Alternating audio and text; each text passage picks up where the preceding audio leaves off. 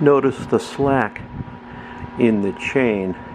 That's because when we put the intake cam in, we had to turn it slightly so that the lobes of the cam weren't resting on the followers.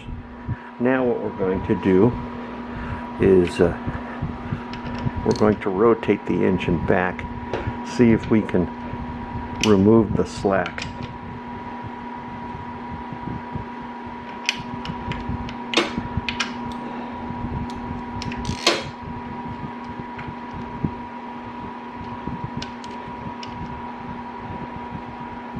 Now, by taking the slack off the chain,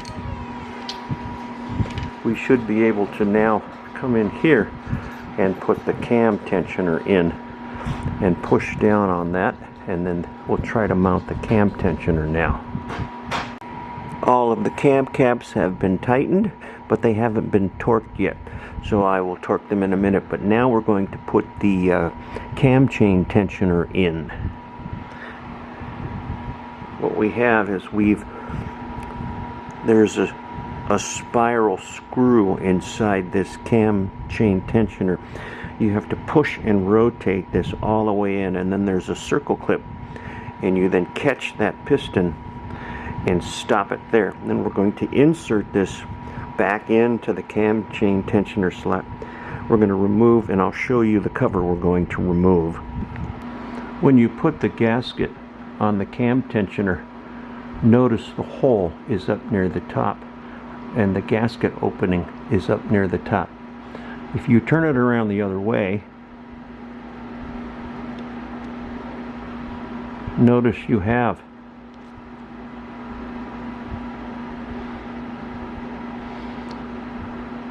the gasket material the other way. In the manual, it shows when the gasket is properly mounted, it is like this. So let's go ahead now and insert the cam tensioner in the slot.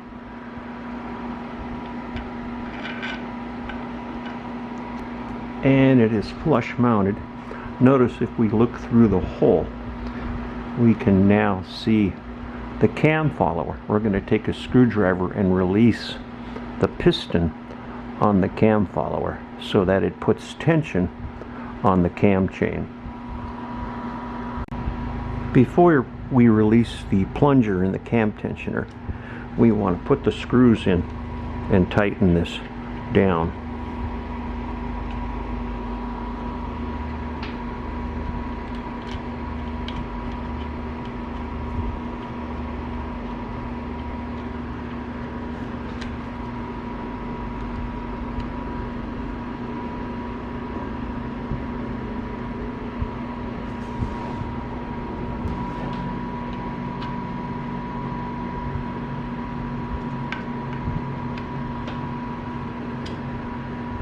We're just going to snug these up. We'll come along later, and we're going to torque all the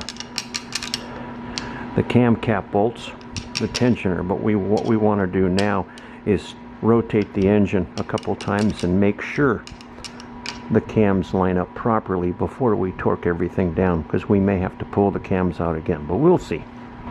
We're now going to try to release the plunger.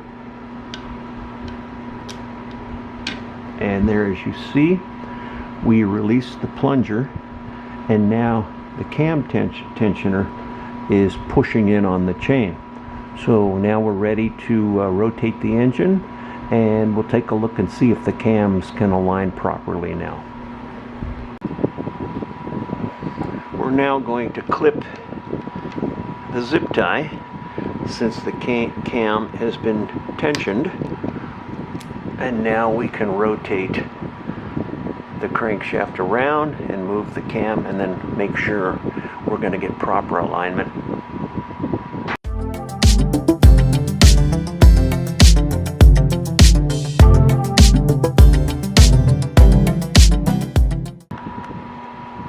We've rotated the crank around twice. There's the number 1 arrow. There is the number 2 arrow. get my finger out of the way so it'll focus. There's the number 3 arrow. We've counted the pins. There's 12 pins between, so the cams are looking really good position right now.